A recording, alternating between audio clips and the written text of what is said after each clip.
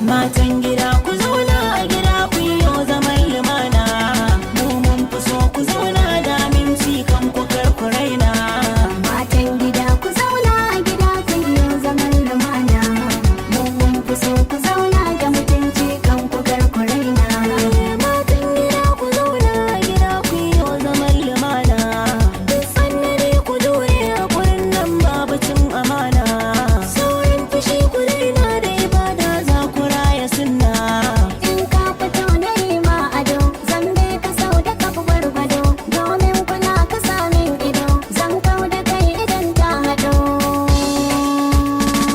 Na yi godiya don wanga ɗin Allah ya so. Mu zauna, Ba jinkiri zan